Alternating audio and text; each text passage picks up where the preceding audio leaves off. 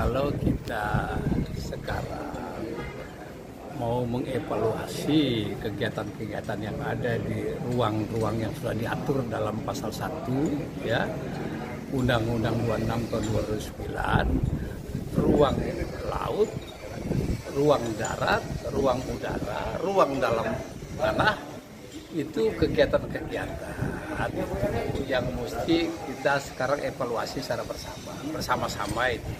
Jadi Pansus hadir, pihak OPD terkait, kabupaten kota juga hadir, kemudian pelaku-pelaku kegiatan usaha yang memanfaatkan ruang pun itu harus hadir.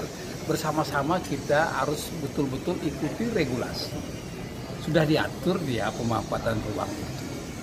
Harus ada sekarang izin-izinnya, izin-izin apa saja itu, siapa yang mengeluarkan izin, pelaku usaha yang juga melakukan kegiatan itu kalau belum ada izinnya seperti apa tindakannya dia, jangan melakukan kegiatan supaya nanti tidak dievaluasi kan gitu. Ini kan kerjaan gotong royong kita bersama untuk menjaga ruang-ruang yang ada di Provinsi Bali. Belum terlambat.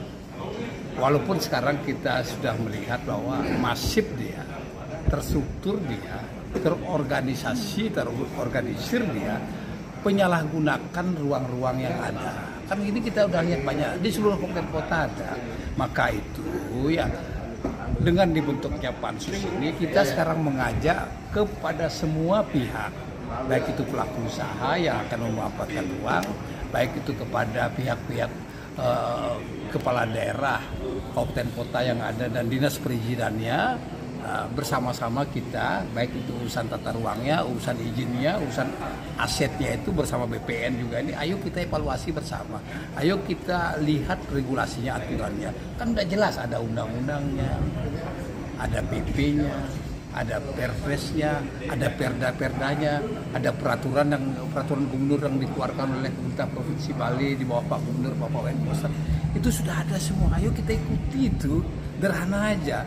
Karena kita sedang menata sekarang seluruh kegiatan pariwisata ini untuk kepentingan Bali, untuk kepentingan masyarakat, untuk kepentingan pemerintah. Apalagi kita ingin menata supaya visi Nangun Sarketilu ke Bali, terus haluan Bali 100 tahun ke depan itu, kemudian ada Tri Tenggaran, banyak sekali regulasi-regulasi yang sifatnya hulu ini, itu sebagai pedoman kita, sebagai pegangan, sebagai patokan kita. Terus masuk kepada regulasi-regulasi yang ada, perdanya, undang-undangnya, apalagi sekarang sedang ada ranperda oleh dari pihak eksekutif itu untuk mengatur tata ruang, untuk mengatur sepadan pantai, sepadan jurang, sepadan danau, untuk mengatur lahan sawah yang harus dilindungi, untuk mengatur lahan pertanian pangan berkelanjutan supaya tetap fungsinya sesuai dengan aturan yang sudah mengatur. Jangan sampai berubah fungsi, jadi ketahanan pangan dan kedaulatan pangan kita akan berkurang kalau semua kepentingan pembangunan.